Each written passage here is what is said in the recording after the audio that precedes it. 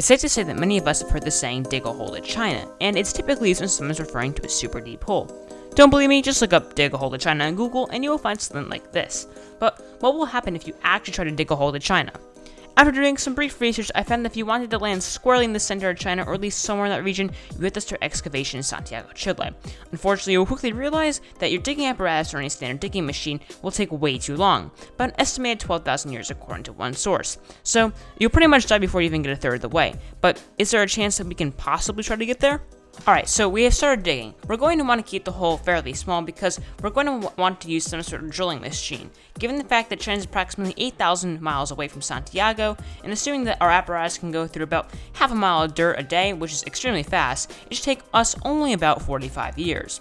Once you start digging, you and your machine will quickly start heating up. For every mile you dig, the temperature heats at about 15 degrees Fahrenheit.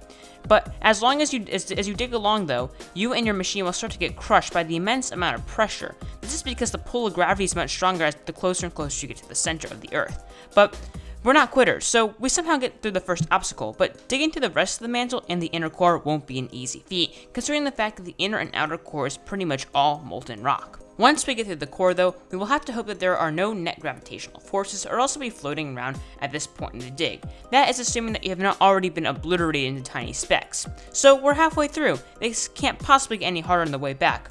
Well, unfortunately we will be digging against gravity now, making it even harder. But since we are superhuman living in the future, you've already made this far, you can easily overcome this last challenge and successfully make it to the other side. Great, so now let's head back home. Hope you brought your pressurized heat suit because you're going to reach top speeds of 122 miles per hour, which is terminal velocity for the human body. But as long as there's no friction or heat resistance to burn you right up, we should be just fine.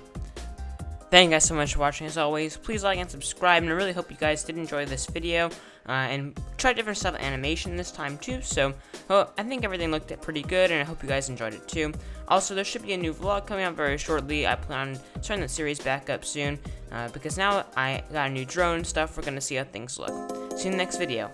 Peace.